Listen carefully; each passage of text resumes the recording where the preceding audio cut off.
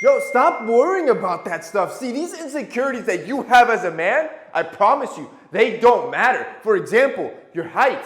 It just doesn't matter. And look, I'm not gonna lie to you. The problem is there, right? By every single metric, you will be at a shortfall or you will be at a disadvantage, right? How much you earn by a year, women's preferences, all that is very real. But the question now is, right? Is there anything you can do about it? If the answer is no, then you embrace it. Then you work with what you got, and then you start looking at averages as well. You look at world global averages. You look at how many men are able to escape the parameters of those statistics of earning less money or not being women's preferences, etc., etc. There's always going to be some anomaly that you can look up to try to achieve the goals that they have achieved. Number 2 is your bank account.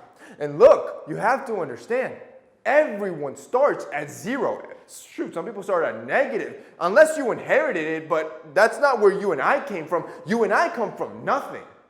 Okay, so then now what? So for now, you ask yourself the same question, is there something you can do about it? The answer is yes, by the way. Yes, there is something you can do about it. If you're an able-bodied male in Western or in a developed country, there is something you can do about it, right? You can forget the designer clothes. You can forget the nice cars. You can forget all the stuff that you're going to buy to try to look rich and instead hyper-focus on your education, on your financial skill sets, or on your athleticism if that's the route you're going. Hyper-focus on that one thing. Build that up and start generating revenue. I promise you, when you're hyper-focused on that one aspect, whether that's building a business or your career or, like I said, athleticism, your chances of success will dramatically increase over the guy that's still complaining that life's not fair. 3, your hair loss. Bro, again, this is common, right? 2 in 3 men are going to experience this by the time they're in their mid-30s. This is normal. And men have to deal with this at higher rates than women do. And that's why we're the ones that have to experience all the stigma behind losing our hair. But then you ask yourself the question, is there something you can do about it? And there is. Bro, you just keep it, bro. Literally, just keep it.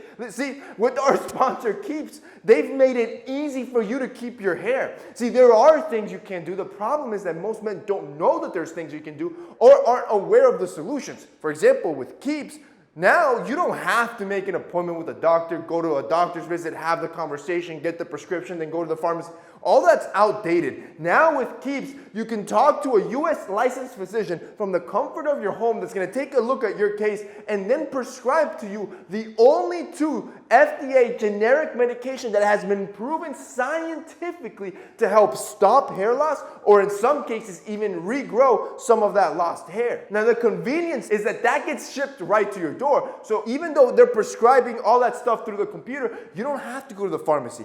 That'll get shipped right to your door every time you need it, so now you don't have to worry about it. And if you look at the before and afters with Keeps customers, there is a reason why they have more 5-star reviews than any of their competitors. Their stuff works. And with Keeps, and when it comes to losing your hair, the earlier you start, the better. In other words, you're seeing signs of hair loss now. Now is the time where you start taking action so you don't let that insecurity get the best of you. See, the earlier you start, the more hair you can keep. If you guys want to check out our sponsor Keeps and just keep your hair, there's going to be a link down below where you're going to get a special limited time offer when you sign up so you can keep your hair from home. That's keeps.com/TMF or click that link down below. Number 4, trying to get bigger. Look, I promise you, you don't have to look like Sebum, but so many men have this insecurity that they consistently have to get bigger and bigger to look more attractive. Most women just want you to look healthy. So in other words, work on your health and don't over-obsess over the idea of being the largest individual possible. 5,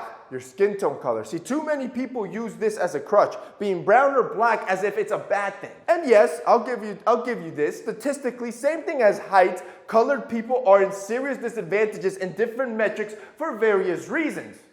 Okay, and it's not like you can change it. Embrace that culture, bro. Embrace the seasoning you do have. And like I said, same thing as the dude with height. There will always be outliers with our skin tone color or with our ethnicity that have reached the peaks or levels that you want to reach, which means it's possible. Will it be hard? Sure. Might you have to work harder? Correct. But I promise you, the reward, it'll feel better. You're going to feel more empowered because you controlled your outcome, because your chances of success were dramatically increased because you listened to your older brother and you didn't just sit there and complain. Number 6, your pee-pee size. Look, average pee-pee size, I think globally is like 4.6, 4.7 inches. Now it's time for an anatomy class. The cervix of a woman's about 4 inches in, which means you got some left over. Don't be fooled with what you're seeing online, girls saying that the perfect size is 7, 8, 9, 10 inches. Those are extreme outliers, and chances are she probably hasn't even seen one in her life, meaning you're good, bro. Finally, number 7, not meeting expectations as a man. Good.